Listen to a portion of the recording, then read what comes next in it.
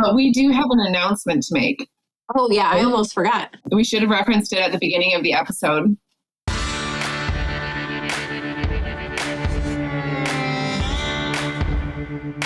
Welcome to the Boom Clap podcast where culture and conviction collide. I'm Rita Rogers. And I'm Cecily Dickey.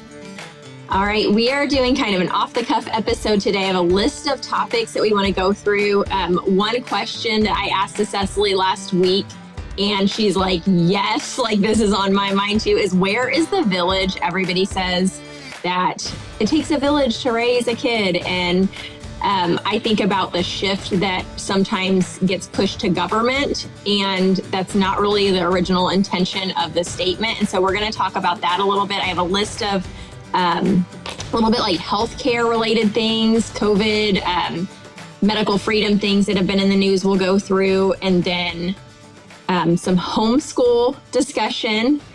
And then I think the first thing we're going to start with is yesterday was Easter. We were recording on Monday. And I had messaged Cecily last night in a little bit of like 30-second conversation prepping for this episode, like what time we're going to record and everything, that I had posted in my stories on Instagram, Happy Easter. And you get these responses like Happy Resurrection Sunday. And automatically you feel like people are judging you for saying Happy Easter. And this leads into like a whole conversation about online presence and how you are received by others, and totally trying to be careful with every word, because you know that you have to overqualify every statement because there's a rebuttal to everything you say anymore. But sticking along the lines of Happy Easter and versus Happy Resurrection Day, or what were people saying? What did I say? Is that what I said? Happy Resurrection Resurrection Day, I think you said. Yeah, Happy Resurrection Sunday or whatever. Yeah. I don't know. I just got to thinking about the original meaning of terms, and just the fact that there is power in how we say things, because like Cecily, you were saying last night about the amount of people who are not necessarily Christians who don't even understand what Easter means because of its commercialization or whatnot. Mm-hmm. And I'm not sure if you want to go into that a little bit first. Yeah. Because this was a really interesting conversation that we had at my family gathering yesterday. Like all of us, with the exclusion of my husband, like all of my immediate family and their spouses, except for my spouse, grew up in Christian homes. And my husband teaches at a public school. My sister-in-law teaches at a public school, and my other sister-in-law teaches at a private Christian school. And she was talking about how they had done like this Easter unit where each class like took a different part of Holy Week essentially and did a big presentation on it that they did for Grandparents' Day. It was a great idea. It sounds like it went really well. And she was just really struck by like how much the kids were learning and how many seeds were being planted, and for some kids for the very first time. And this is in a private Christian school. And of course, just because you send your kids to a Christian school doesn't necessarily mean that you are a strong Christian yourself. And so that makes sense, right? But she was struck by it, rightfully so. And then my husband was talking about how, like in public school, you know, he has like 60 grade 8 kids in math. And he's like, maybe of those, like maybe like 8-ish would have some idea of what Easter is really about. And then I said to him, I'm like, well, you didn't become a Christian until you were 16. And then, of course, there was a lot of figuring out years after that. And like, prior to that, did you have any idea, like, what is Good Friday? What is Easter actually? And he was like, I had not a single clue. And it just shows you, like, I was not surprised because I do know how he grew up, but it still hits you. Like, all of these things that I took for granted growing up, that my family taught me and we participated in. And now, like, living in this church culture that we live in, like, I work at a church. Our lives are heavily invested into our church. You just take it for granted, right? And you just assume that when you post Happy Easter or Happy Resurrection Sunday, whatever you want to say, onto Instagram or Facebook or whatever your preferred platform is, that people will have this understanding. But they don't. They just think of it as this cultural holiday. And like, that is how my husband grew up. And so, first of all, I'm so thankful that now he does know, and we're raising our kids to know what it is. But there's just a whole world of people out there that just think it's about a day off work and the Easter bunny. And like what he was saying is like, Jesus is just a swear word, you know, and it's this name they call upon when they stub their toe or drop something, but it's not the one who resurrected and why he like, what did he resurrect for? Like, they have not a clue. And so it was a really good reminder to like, yes, post Happy Easter, post Happy Resurrection Sunday, but maybe post what some of this means, because like half or more of the people following you, depending on your following list, the algorithm, whatever, probably don't know. And it's a really cool opportunity that's built into our calendar to share the gospel. Mm-hmm. Not that I did that, to be honest, on Easter. I don't think I posted anything in the week leading up to Easter. And then all of a sudden on Easter Sunday, I was like, hey, happy Easter. Like, and then little snapshots from church and whatever. So I certainly didn't do it, but I realized after how valuable that could have been. Yeah. I think there's really two lines of conversation here. The fact that, like, for me, what originally brought it up was just the fact that, like, I said Happy Easter, and I feel like there's some judgment from other Christians, like, oh, how, like, are you that kind of Christian that says Happy Easter? You're not the kind of Christian that says Happy Resurrection Sunday, which is what it actually is. But if you look up the definition, like the definition of Easter in the dictionary or on Wikipedia or anything, is the day when Jesus was resurrected. So you're not wrong in saying Happy Easter, but it feels like there's this judgment upon you if you don't say the exact right phrase, which goes broadly applied within social media to, you know, everything from Christian holidays to politics to everything else. Like how you say things is judged heavily. But and a lot of Christians really believe that Easter is pagan, right? Like this is another huge conversation on social media. And I would just encourage, like, what kind of Christian are you? Like, are you the kind of Christian? Are you one of those pagan Christians? You know, so if you're one of those people that really believes that, I would encourage you to go check out Wes Huff's Instagram. And I don't know if he's posted anything on it recently, but he has done lots of posts on is Easter pagan, and that I think would be helpful. Yeah. The other line of thinking, though, is like what you were saying, that a lot of people don't know exactly what it is. And saying Happy Resurrection Day, Happy Resurrection Sunday is more specific language in this time. But I was thinking about that, and like Easter was specific language at one time, and Easter was widely known what it was. But like we've kind of changed the meaning of things through commercialization.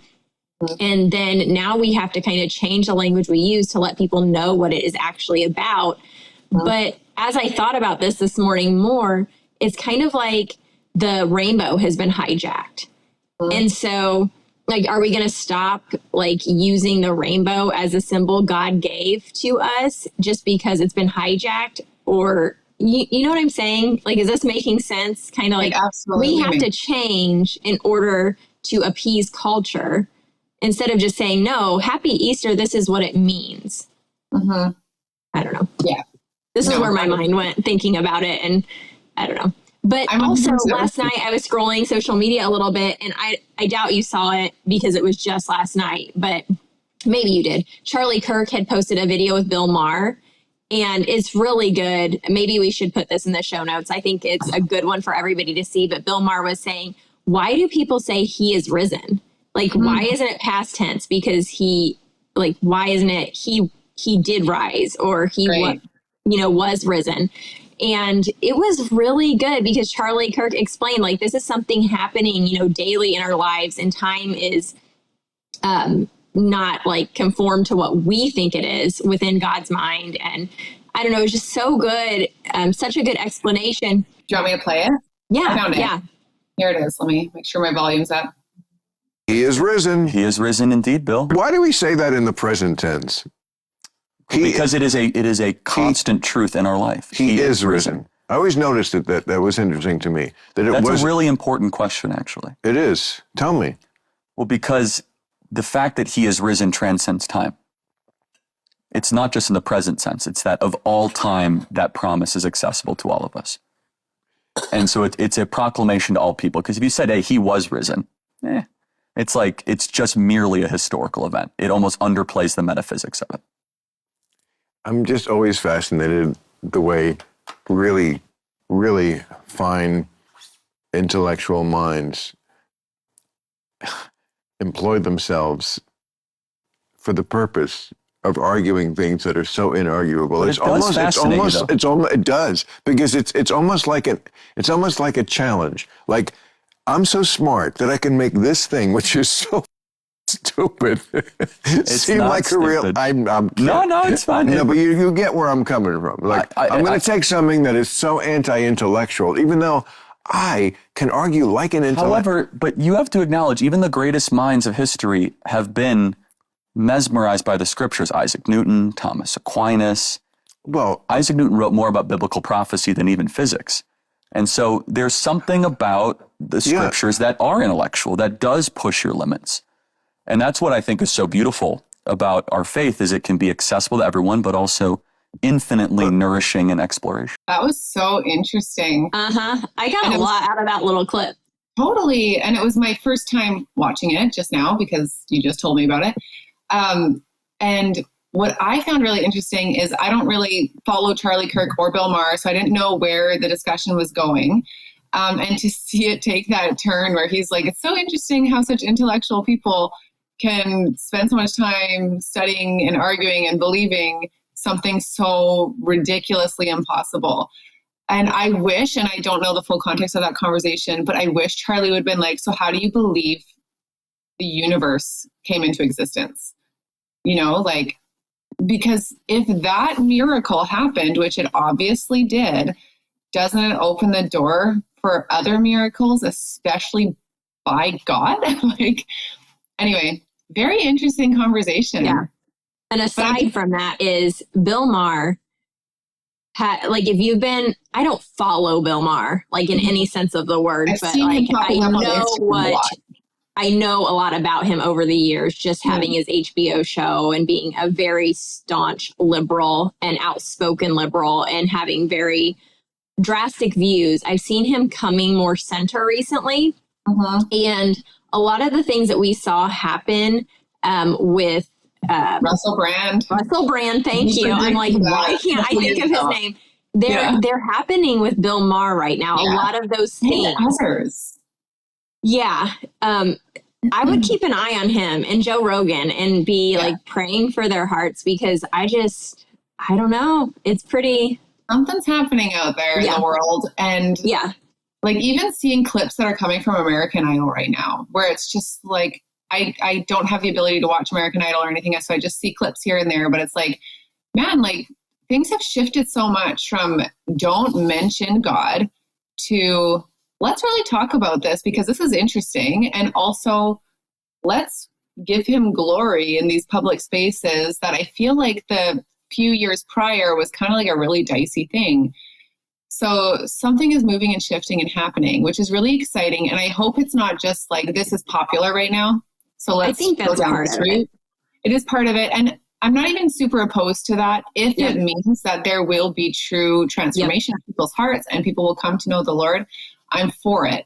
I just, you know what they say, like, what you win them with, you win them to. So I hope at some point it becomes like a real faith. And you do see that with like Russell Brand too. Like, you know, people are saying a lot about like, he's a new Christian. He shouldn't be saying these things because, or baby Christian, as people say, he's still figuring things out. But I feel like while there might be truth to that, you can still see the progression of his sanctification and of his coming to really understand the Bible. Like, I feel like you can see how it's progressing, and that's great. I mean, there's value in that too. So it's just interesting to watch. I always find that interesting, and people are like, oh, they shouldn't say anything because they're baby Christians. Like, what? Yeah.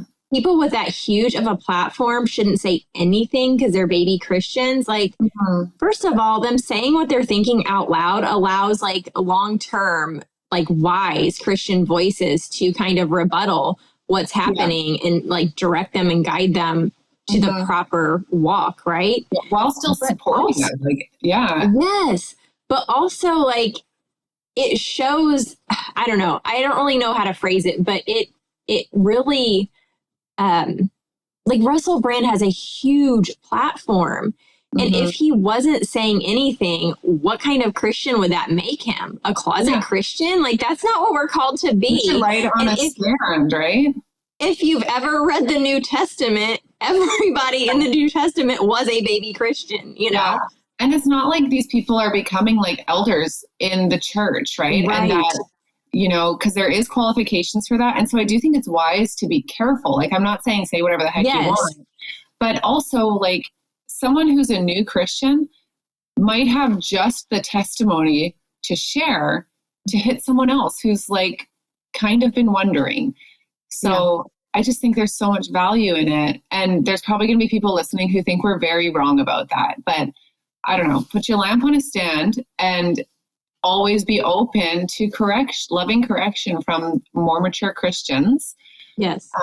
But yeah, to have a conversion, life-changing conversion, and then to not share it seems really disgenuine. Like, here you have the best news to share, but you're not going to share it for fear that you might lead someone down a slightly askew path, right? Which that path can be corrected. Isn't it better for them to hear the word at all? So anyway, there's probably people listening that are like, oh, you guys are so off on this, but but if like Russell Brand has a public platform and he doesn't just talk about like comedy.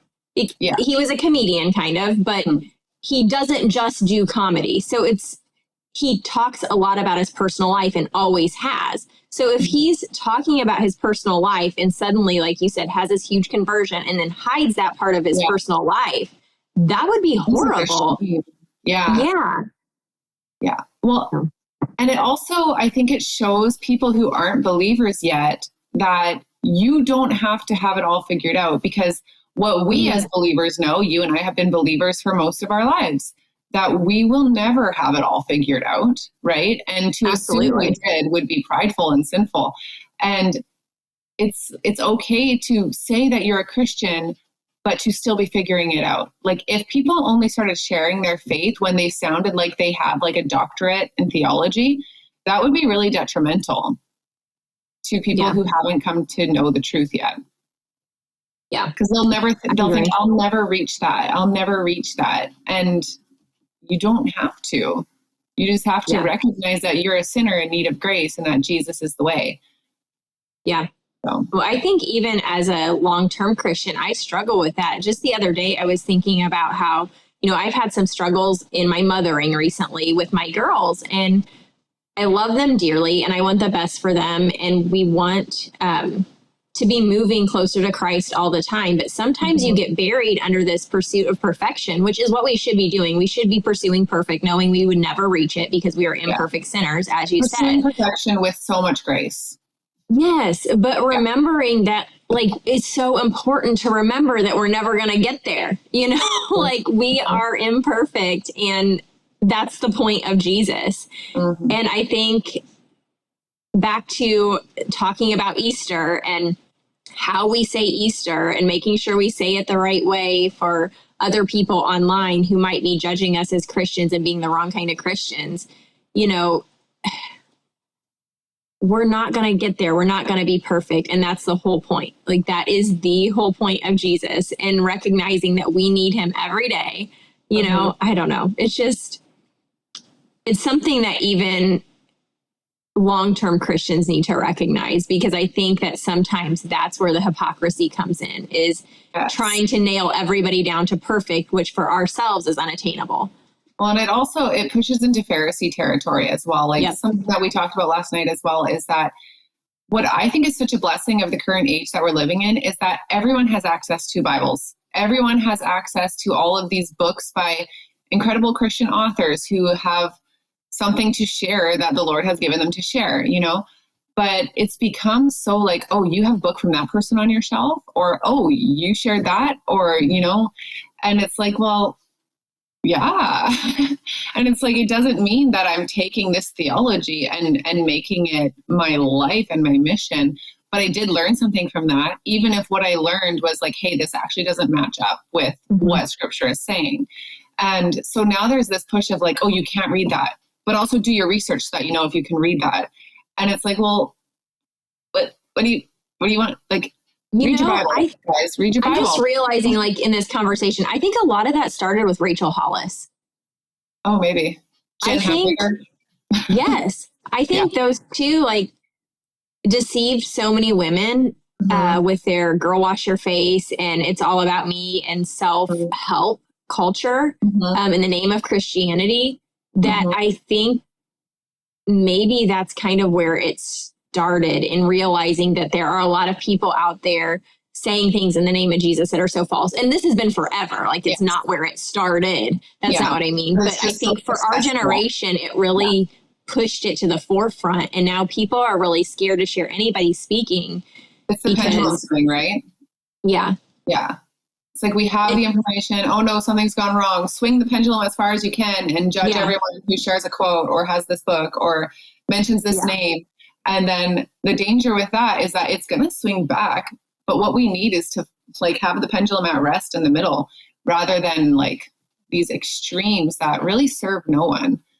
Yeah. I mean, I shouldn't say that, because there is value in being discerning, like, but you can't be told, you know, don't read that, but also make sure you know everything about this person so that you know not to read this. And you know what I mean? Like, this is where that old, like, reference comes in. Like, if you're going to know what the counterfeit money is, you got to study the real thing, which is why you have your Bible, and study your Bible. And then hopefully you'll be able to recognize the counterfeit. But I feel like there's a lot of stress on people, to the point that, like, they don't want to move forward or feel paralyzed by it, because they're like, well, what resources can I seek out? Because everyone over here is screaming that there's so much bad. And everyone over here is saying, everything's fine. Just take what you want of this and take what you want of that. And, you know, like, I feel like it's really hard for people, especially new believers, to be like, where do I begin? Yeah. Where am I? Last night you had said everybody's in these extremes and everybody just needs to calm down. And I'm like, okay, I agree that a lot of people need to calm down. But at the same time, when everybody was calm pre-2020, I was just like, why can't we talk about something real? Like, everybody's just living these comfortable lives, and we need to be having real conversations. And mid-2020, I'm like, you know, this really sucks, but at least we're finally talking about something, you know, like, at least and we're this having is why fun. the pendulum has shifted. Like, I really think, as horrible as those events were, and as unrelated to religion as they were on the surface, like, it really allowed all of that pendulum to swing culturally, religiously, because people started waking up and realizing, oh, hey, like, I feel like my eyes have been opened. I'm not just living this curated bubble life anymore, because something has happened that shook it. And it then caused the pendulum swing. And so I'm with you. Like, we need to be awake. We need to be aware. We need to be having real conversations. But at the same time, and we've said this so much, we just need discernment. That's the main thing. Discernment. And the temptation for people can be to hyperfixate on certain issues and think, like, they would never say this out loud, but if I can figure this out, this is my salvation. Then I've reached, like, the knowledge that I need to be able to function in the world. And that's just not true. So, yeah, I think the cultural oppression that was COVID bred the need for religion coming back into people's lives, and Christianity and faith. But people need to remember that we're not replacing or elevating, not replacing the faith portion with elevating the political issues to the level of faith. Does that make sense? Totally. Hey, this is Troy from Apologetics Canada. Have you ever noticed universities don't wait until students arrive on campus to figure out their basketball or volleyball team? Instead, they're actively engaging long before they come onto campus, and it should be the same when it comes to our faith. Research consistently shows that the transition from high school to university and career is a crucial time for faith development.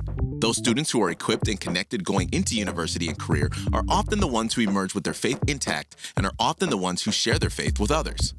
For this reason, Apologetics Canada and Trinity Western University are excited to introduce the first ever Western Youth Summit, happening May 24th, 2025 on Trinity Western University's Langley campus. What is the Western Youth Summit? Well, it isn't another youth rally. Not that those are bad, but this is about identifying, equipping, and connecting students for life in high school and beyond.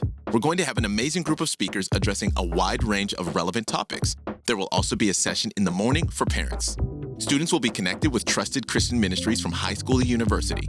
For example, if your son or daughter is heading off to university, we want to introduce them to campus ministries long before they get there to help them transition into Christian community. As well, we want to let them know about various scholarship and award opportunities. Early bird registration ends April 14th. Spots are limited, so head to the website westernyouthsummit.ca and register today. Make sure to follow Apologetics Canada on our socials for more details. On that note, do you want to move on totally. to cultural and political issues? Yeah. So there's a few things in the news that I think are worth noting. One thing that didn't really make the news much, but I do think people need to take note of, there's a Massachusetts couple that had 5 kids taken from them after being, their 5 children, not 5 kids, their 5 children taken from them after being reported by a pediatrician for not vaccinating their 9-month-old. I guess the pediatrician reported them. This is what the story I have read says. The pediatrician reported them. They fled to Texas, and somehow a sister was like, I haven't heard from them for a while. And so they ended up being apprehended in Texas. And whenever I hear these things, I'm kind of like, there's got to be something else to the story. Like maybe this was the mother's children and not the man that was with her. And so the dad is, no, I believe these were both the biological parents of all 5 children. And something interesting when I was reading the article that really leads me to believe this is all there is to the story at this point. Like it's not really still unfolding. This happened like 2 months ago and it's just sort of being reported on now. I think it happened in February, but it said, why was there no, I think the lawyer maybe, or either the lawyer or the news outlet asked authorities why there was no Amber Alert issued for the kids. And the authorities said, because we didn't believe the kids were in danger. Yeah. So to me, that speaks volumes. And totally. I don't know, this medical kidnapping thing does happen. And this happened is why here recently again. Okay. So what happened there? So do you remember a couple years back, we had a lady on our... Yeah, we didn't have a lady on. We did read her story, though. Okay, I couldn't remember exactly. Surprise, surprise. But we had talked about a medical kidnapping case that had happened here. Mm-hmm. And recently, there's been another one. And I cannot remember the circumstances surrounding it. But I remember when I first found the story and started... Because when you hear something like that, like you said, you want to believe there's something more to the story. And so you start digging, right? And the more I dug, the more I'm like, no, it's just that the family doesn't agree with the medical treatment, which does sound like it could be harmful for this child. Like the child was born with some severe disabilities and deficits, like very clearly, and had been under constant medical care for I don't even know how many years, like just in the hospital receiving care. And the family loves the child. Like to me, it really appears like this family loves this child. They have been walking this road for so long. They've seen how it affects the child, different medications, and they said no. And eventually the dad took the kid out of the hospital, and he was arrested in front of his other children, and his wife ended up being admitted to the hospital. I don't know why exactly, probably stress or depression. Anyway, it's just a horrible situation. And I'm like you said, just looking for the other reason. Like, why would this happen? Why would this happen? And just comes down to, no, this shouldn't be happening. Medical ethics is such a huge can of worms. And I feel like I could do a whole podcast just forever on medical ethics because there's so much that goes into it, especially with increasing technology. As technology increases within medicine, it's almost as if you are made to accept all of this new technology as treatment or when it comes to children. But when it comes to adults, you're able to decline certain technology. Yes. And one thing that I found really interesting in the measles case with that first little girl who passed away, and I feel so bad that I cannot remember her name right now, but it's the one that I spoke about on social media a little bit. She the parents at the end of their interview with Children's Health Defense said, she was too good for this world and she's in a better place, and that they wouldn't have made a different decision because they believe not getting the measles vaccine is more helpful to your immune system in the long run, and that your immune system is stronger, and that they've seen too many bad things happen as a result of getting the measles vaccine with problems in the older generation who heavily received the measles or MMR vaccine. And one thing that I didn't really talk about much, but I think is one of the most interesting points of the conversation, is the family said that they believe she's in a better place and they believe she was too good for this world. And this was just basically not her fate, but that, God has her. And this is the missing part within the medical field. Like, we have all these discussions around medical ethics, and there's ethics committees, and they ask what your religion is when you're admitted to the hospital, and if they can have any clergy that visits. But that's sort of where it ends. They want clergy to visit you, to pray with you, but they still want to control every realm of treatment and every choice that you make when it comes to your children, as if they know best, regardless of your religion. And when it comes to parents choosing treatment for their kids, sometimes it's withholding treatment. And sometimes the outcome is that child won't make it.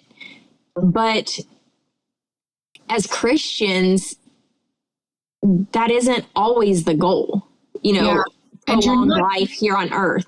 And you're like, that's the thing, you're not killing your child, right? Right. Withholding treatment is much different than euthanasia, which we've talked about before. Yes. And that's one thing I'm going to bring up. So a few things that came to my mind while you were talking about it. Like, I could see a lot of people with this measles case, with this girl who unfortunately died of measles.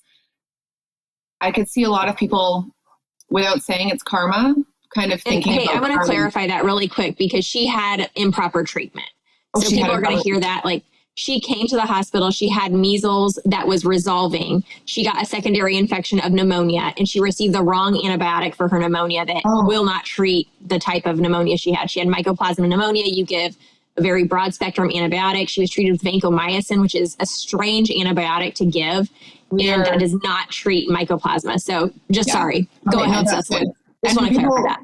Who aren't super familiar with the case like me, they might look at that and be like, well, that's what you get. You don't take the measles vaccine. That is what a lot of people said. Yeah. And like, that is a belief in karma, right? So if you're a Christian who's thinking that, you might just want to check yourself a little bit. So there's that. And then when it comes to medical ethics, like you said, like, you could do a whole podcast on that. You should someday. It would be excellent. But we do have this amazing conversation with Andy Steiger of Apologetics Canada discussing medical assistance in dying, which is such an interesting contrast to what we're talking about right now, right? Because it's like you get to a certain age, or you get to a certain level of debilitation as an adult, mind you, not as a child. And it's like, well, here, we can offer you this medical intervention, which will end your life, and that's like accepted and celebrated despite the massive toll ethically that it's taking on medical professionals.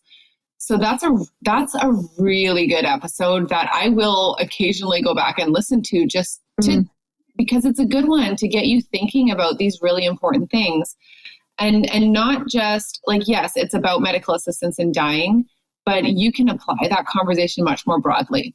And it's very good.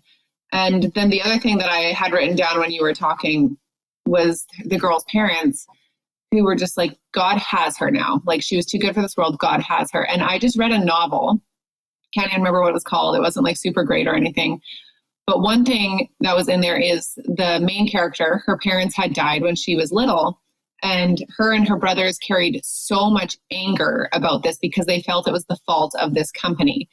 And so they carried a lot of anger. And then one day this girl met a pastor, and she was telling him about how God had taken her parents, and how could she ever like love a God like that? And he's like, he didn't take them. He received them. And I was just like, oh, what an interest. Like, I agree with that, but I hadn't ever thought of it in those words. Like, welcomed them, received them. He didn't be like, I'm going to take them because you guys don't deserve them, or because you didn't get that vaccine, or you didn't do this, then you deserve to go. Like, it's just like a reframe that is necessary. Yeah, that is good. And then like on your main point, how contradictory it is that like we can, essentially it is euthanasia. Yeah. We can give euthanasia to certain people, but we have to give treatment to prolong the life of children. Mm-hmm. On the flip side of that, you have abortion. And like, if your child has Down syndrome or some kind of genetic issue, it's okay to do away with them because they have a disability. Right. So it's as soon as they're born, very contradictory. Yeah. Like, how do people not see these massive contradictions that we're creating within society? And it's like, if you have no solid, like, moral or philosophical obligation to how we handle situations, there's got to be a person deciding what is right. And that is not how we should live. It's crazy to me how people cannot see. They just make up these reasons and rationale for everything. It's like, there's got to be some kind of thread that flows through everything we do. Otherwise, it's total chaos. And it's another conversation that someone should have with Bill Maher, because I'd be curious to see what he thinks about that too. But like, there has to be this moral lawgiver that keeps us on track. And if not, I mean, we've seen, like right now there's a federal election going on in Canada, and it's so clear the values gap, like huge values gap. So it's like, and I'm not saying that people on either sides of that are bad people or wrong, but it just shows you how different people are, so do you really want changeable people saying what's currently right and what's currently wrong? Wouldn't you rather have an unchanging God? Yeah. Yes. Yes. The answer is yes. Yes. All right. So I really do want to get to our, where is the village conversation. So I'm just going to move quickly through. If you have any comment on these, Cecily, but there's a few things I just want to bring up news wise. So there was a Cleveland Clinic study, a large study of all of their employees through the flu vaccine season. And this year they found that you were 26% more likely to get the flu if you received the flu shot. And this was a flu season that was harsh comparatively to past recent flu seasons. So I found that very interesting. It's something that isn't surprising to me. I don't know, just how we evaluate the flu shot is very sketchy in the first place. It's, quote, 40 to 60% effective on a well-matched year, according to the CDC. And effective means you are going to get less sick if you get the flu shot. There's no real true way to assess that. So it makes very little sense. It's just like words put out into space for people to believe, so they'll accept this pharmaceutical product, in my opinion.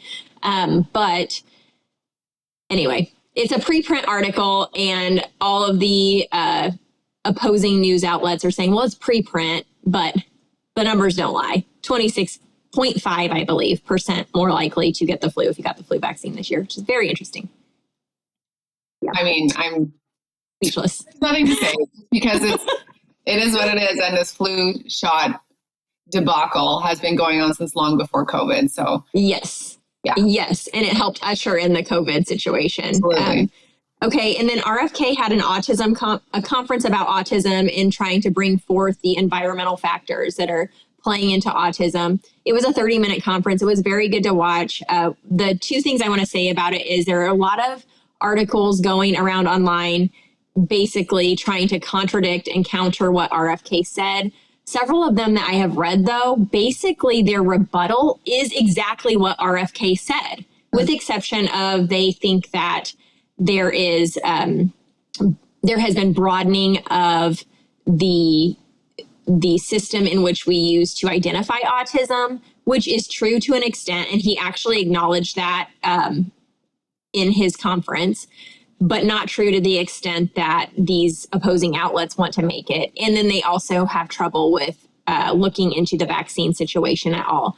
Those are their 2 points that they kind of rebuttal with that are actual rebuttals. But most of the things that they come back at RFK with are actually what he said, which is really interesting to me, because if people don't listen to what somebody actually says, then it's really easy to believe that these articles are just, countering RFK, but really they're not countering him. They're just repeating what he said and using it as counterpoints because nobody listens.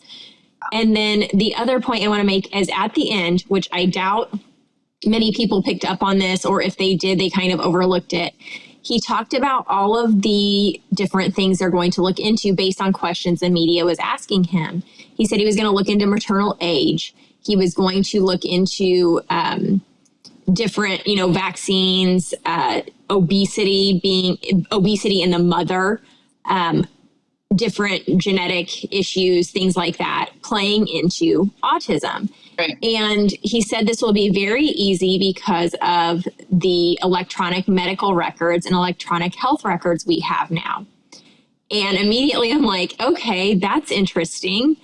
Who actually can access your health records? And I'm not necessarily opposed to studies being done, but at the same time, in order for this study to be done, if what he said makes any sense at all, he's telling us, without telling us, that the government has access to your biometric data, all of it, via electronic health records that are supposed to be sealed within your medical provider, like right. between your medical provider and you. Yes. So the question is, do they have the whole medical record, names, birthdays, identifying numbers included, or do they have like a redacted version? But regardless, is that their information to access without your signing over your information? Mm. Because like at first I'm like, okay, maybe they're not going to have all of your personal information attached to you. But still, this is sort of like AI siphoning data from you for free without your consent. Mm-hmm. And I know there's going to be people on both sides of this issue. And this has been something that but we as a whole, as we developed this EMR system and went to it, have thought about. Mm-hmm. But it's just like everything's online. Everyone can access it. Mm-hmm. Not everyone, but the government. It's something to think about, something to pick up from it. Okay. I think that's all of in the COVID website. There was a new COVID website from the White House that's the lab leak. It says lab leak at the top.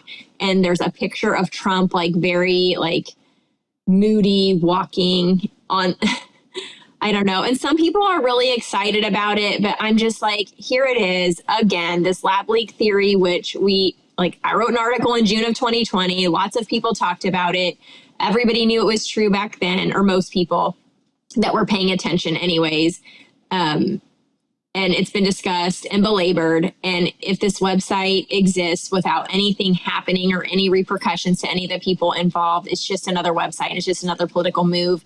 And interestingly, he left off the CARES Act, which gave trillions of dollars of taxpayer dollars redistributed to various Americans, and also left hospitals and healthcare staff basically free from any repercussions for any kind of treatment they gave. So they're basically blanket immunity from the CARES Act. He didn't discuss that on there, and he also didn't discuss any of the ramifications of the COVID vaccine. So to me, again, guys, don't get mad at me. I like Trump and a lot of what he's doing, but there are things that are obviously political moves where he does not accept any responsibility for his involvement in things. And that's frustrating to me. Yeah. Okay. That's all I have on those things. Okay. Needed to get that off my chest. Good. I'm so glad. All right. So do you want to talk about Where's the Village? You want me to get into that? My name is Emmy, and I'm Cecily's daughter. I want to tell you all about World Watch News. World Watch News is a 10-minute program that is on every weekday. This is a trustworthy source for current events for kids and teens that is biblically sound. It helps kids like me become critical thinkers who know what's happening in the world. I love watching it every morning with my family, and I think you will too. Click the link in the description and use the code BOOMCLAP25 for a 90-day free trial. You've got nothing to lose. Okay, so I messaged Cecily last week. I was just like, last week was so busy for me. It was one of those where every moment is accounted for. You're running around. You feel that tightness in your chest. You're just like, okay, just got to get to the next thing. Just got to get the next thing done. And how am I going to do this? My husband was in the fields. He's a farmer. And so it's like on me. It's on my shoulders. And he is a very helpful husband. But when you're working from 5 a.m. to 10 p.m., there's not a lot of room to be helpful. And so I messaged Cecily and I'm like, where is the village? Like, everybody wants your kids to be involved in all of these things. Like, all the family thinks it's great if they're involved, but it's like, there's no village. And there's this statement that has gone on for generations, like, it takes a village to raise a child. But I'm like, there's no village. There is no village. Yeah. And I know I'm not the only mom feeling this. Like, no. I know other moms feel like this. Yeah. I mean, I have so much to say about it, but then also not a lot to say about it, because it's like, I feel like it's like a multifactorial issue, right? Like, yes, we've gotten to this place where it's like so much is expected, but our capacity as humans actually hasn't increased.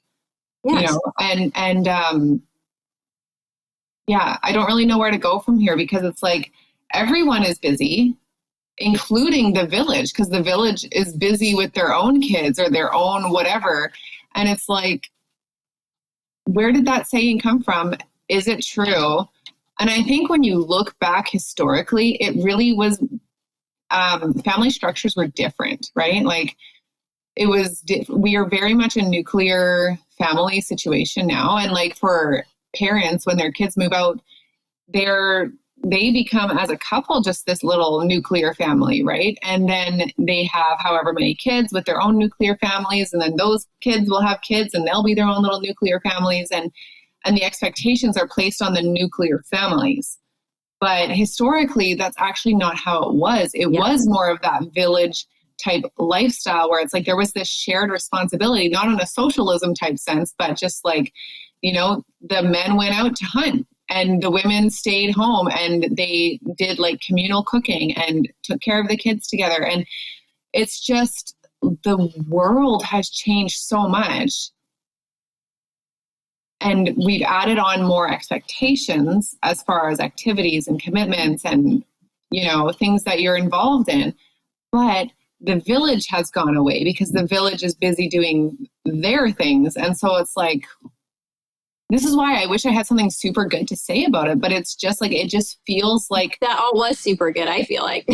So it just feels like, what I guess the not good part of it is that it's like this, there's no easy solution for it, because the world has been built to this end, which I don't think we were at the end of it. You know what I mean? Like, it's going to keep evolving, but how do you bring it back? I don't know. I think that's the hard part, but that's, I guess, my point in bringing up the question and posing the question is, I look at my motherhood and I look at my childhood, and they're different. And I think part of it is my own doing. I moved away from my own parents, you know, to marry my husband. And I think a lot of that has been part of our generation being pushed off to college. Like, this is what you do. You graduate high school, you go to college. And my generation was the first generation that I would say, like, most of my peers went to college. Most of my parents' peers didn't go to college. It was a much smaller percentage. But going off to college means a lot of us met our spouses at college. And so then we moved away. A lot of people moved to larger cities. I did not. I moved to my husband's hometown. And so I do have some immediate family close, but it's just like this saying, where is the village? Or not, where is the village? That's my saying now. The saying, where is the saying of, you know, it takes a village has really become a saying that points to government as the village and government as the helpers of the home. And if that's not what we want, we need to bring it back to the family, and not just the nuclear family, but the extended family, to be helping in these situations. But I feel like our generation is really trying to course correct so much right now. I feel like our generation of mothers is trying to, like, doesn't have the village from the extended family situation as we once did, because of location issues and other reasons. I think I'm not really sure how I want to say this, but I feel like we just don't have that extended situation with family where you can just be like, hey, I need help from the village. But also, I feel like we're trying to course correct on all these more thought processes and governmental issues and all of these things. I feel like we're trying to course correct in so many ways that it feels very burdensome on us. And I've said before to you, and I'm not really sure how to say this without sounding offensive, but I don't feel like our generation has as many elder women pouring into us from a wisdom perspective as generations past. I just don't feel that. I feel like most of the time when I have a struggle in my motherhood, something that I need to bounce off of another woman, that I need some wise words, I'm going to a peer. And maybe that's just me, but I don't think so. From what I see on social media, I see a lot of women going to their peers because there isn't a lot of wisdom from the elder generation being imparted on us. I think, again, you're right about that. I do think you're right about that. And I think it is multifactorial again, because I think a lot of older women, they're either continuing to work far into their old age, or they're, away for half the year somewhere else, or, like different things like that, or doing a lot of volunteer work for organizations or something. But I think there's also a huge component of it is there's this whole like mind your business thing. Like, don't intrude, don't push on them like what you would think, or, you might know that you have some good advice for them, but you don't want to overstep. Like, I really feel like that is a huge thing. And I was listening to this sermon the other day. It was actually a Mark Clark sermon, and I'm sure it was really good, the whole thing. And I wish I could remember exactly what the sermon was on, but this one thing really stuck out to me.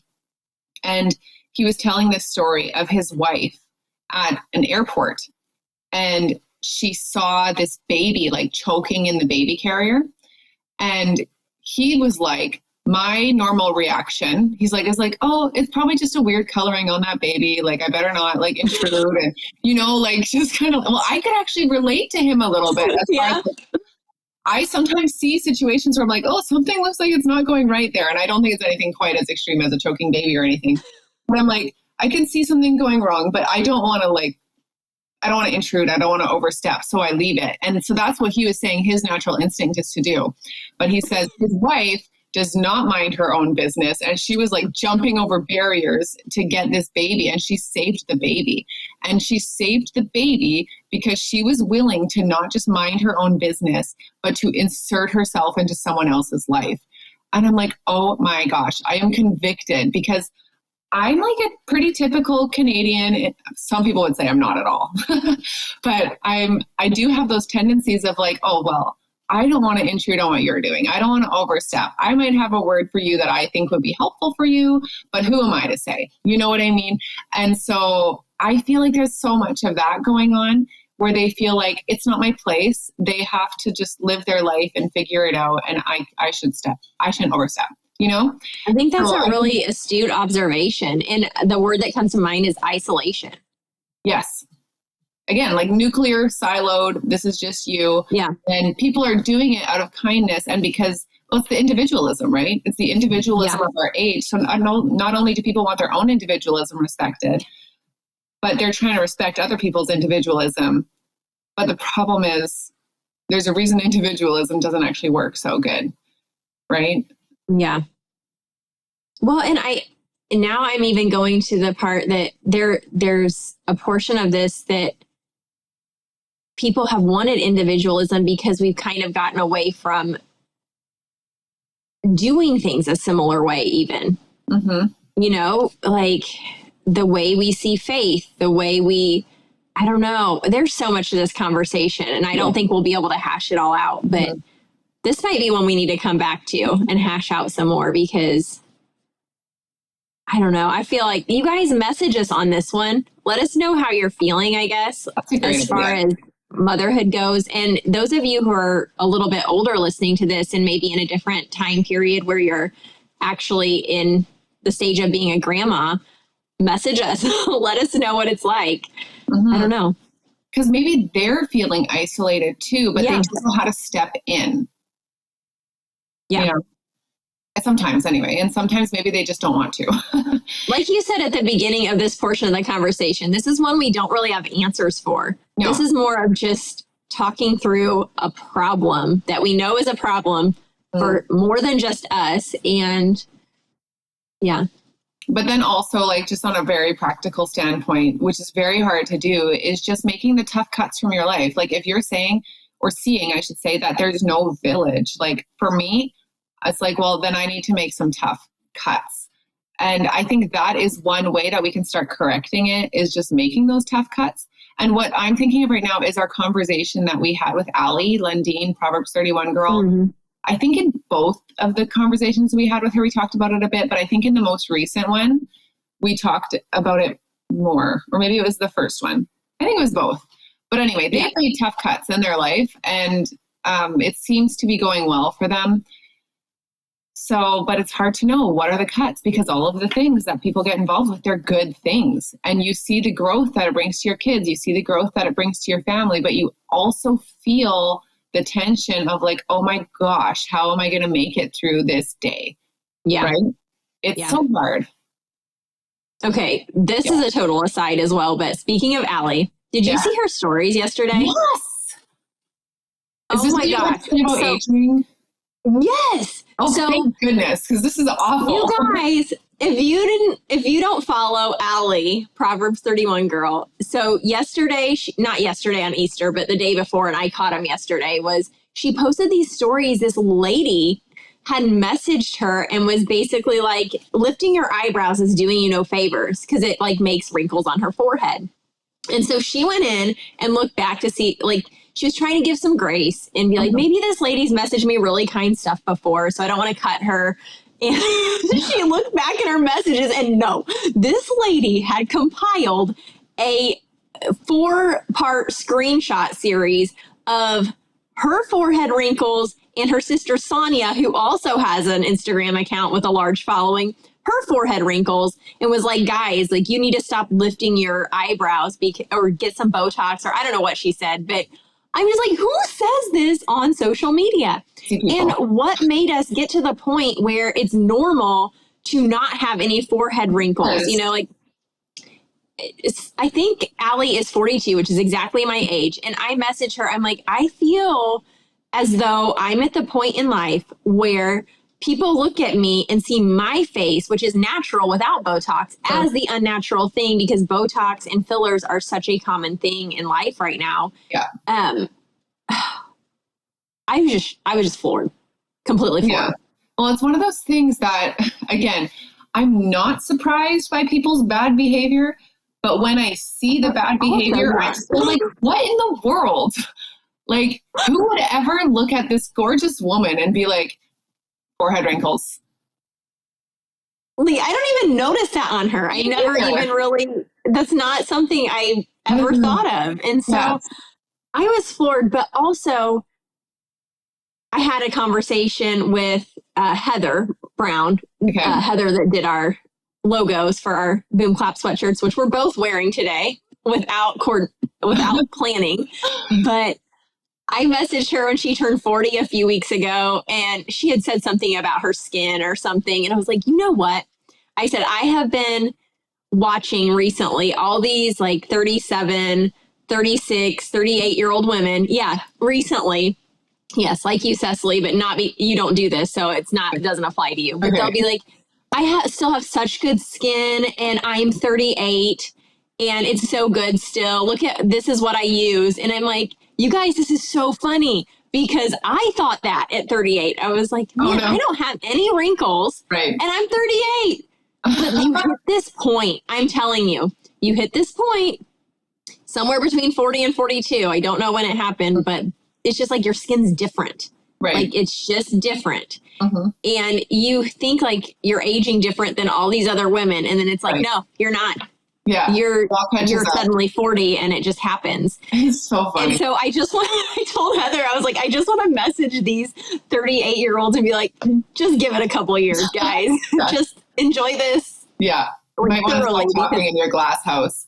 It's funny. Yeah, I was listening to something the other day, and it was talking about this guy turned 40, and he had said to his doctor, that is also a friend of his, he was like, well, 40 is the new 30, right? And the doctor was like, yeah, and 50 is the new 40, and 60 is the new 50, and 70 is the new 60, but 80 is still 80. And I was like, that's good. That's so funny. Yes. Yeah. Heather was like, yeah, this was her comment to me, and I cracked up. She was like, yeah, she goes, I think about my neck skin at least like twice a day. way more than I ever thought I would think about my neck. Like, I've never related to something so much. That's hilarious, because I have also been, not that my neck skin is a problem yet, but I mean, apparently I just have to wait a few more years. But my church had posted this picture of me from, I think, Ash Wednesday. Do you remember the picture? I think I sent it to you. Yes. And I saw nothing wrong with it. Well, my tongue was out, so that's problem number one. I was like, I must have been licking my lips or something. And then, like, from the angle, it was like I was super relaxed, and it looked like I had like a double chin situation. I'm like, why did they post this picture? And it's like, it's sad that this is the thing that comes to my mind, but like, why did they post this picture? And ever since then, I'm like, better watch out, because in 4 more years, all of that's just going to be more pronounced. I'll probably be walking around with my tongue out all the time or something. It was so funny.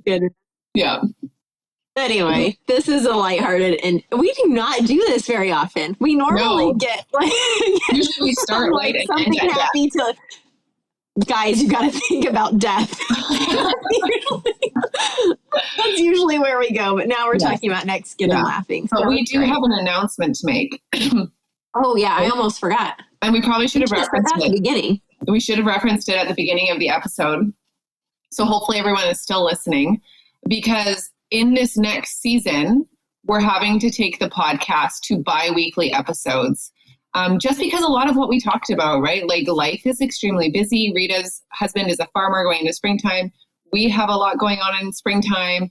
And we're just like recognizing, like, we only have capacity for what we have capacity for. And we have to make tough choices. And this was a tough choice. Rita, what do you have to say about it? Yeah, I'm excited about it, because I think it will just give us a little more capacity in our own lives. And it is, like you talked about when we talked through this, it's in line with who we are and what we say on this podcast, and sticking to our values and putting our family first, while also doing what we feel called to do, which is being with you guys, you know, whether it's weekly or bi-weekly, being with you guys and giving you the best of us when we can. And so I think this will help us give you guys the best of us during this busy season. And I don't know, we haven't really discussed how long this departure to bi-weekly is going to be, but at least for the summer, we will be bi-weekly, at least for the summer. And like, just to give a really concrete example, like last week we released an incredible episode with Jenny. I've been receiving, Jenny of 1,000 Hours Outside, I've been receiving messages from people that have been listening to it, but we haven't even had time to share about it on Instagram yet. And, you know, and so it's like, okay, we can keep going in this way and head into what we know is going to be a super busy season and just let things fall apart. Or we could go to bi-weekly, be super intentional, try to give you guys really great conversations, and conversations that we actually have time to elaborate on and share with you. And also, we know you're consuming enough content as well as listeners, you know, because it's important to consume great content, but it's hard to keep up sometimes. And, so we hope that this will be a good change for you guys as well for this time period. But we'd love feedback from you on this too. Like, maybe bi-weekly is great for you guys and we're worried about something we shouldn't be worried about. Or maybe weekly is really what you love. And hopefully we'll, in a few months, get to the point where we can do that again, you know? So anyway, feedback from you guys is always really good, but we're trying to just be true to who we are and what we preach. And we know our capacity is 24 hours a day. We have 24 hours in a day. We have kids, jobs, whatever. And we're excited to bring you really good stuff. It'll just be bi-weekly for a little while. Yep. Yeah. Okay. All right. I think that's it, right? Yep. Yes. So having mentioned that we've posted nothing on Instagram for a week, do go follow us there, because we will post something, and it's at Boom Clap Podcast. or you can follow us individually. I'm on Instagram at cecily.dickey or my website, thegracetogrow.com, which I also do not use. So, if you're going to check out one, check out the Instagram first. Maybe one day I'll get back to the website. And you can follow me, Rita, at ritarogersco.com or Rita Rogers Co on Instagram. Thanks for listening.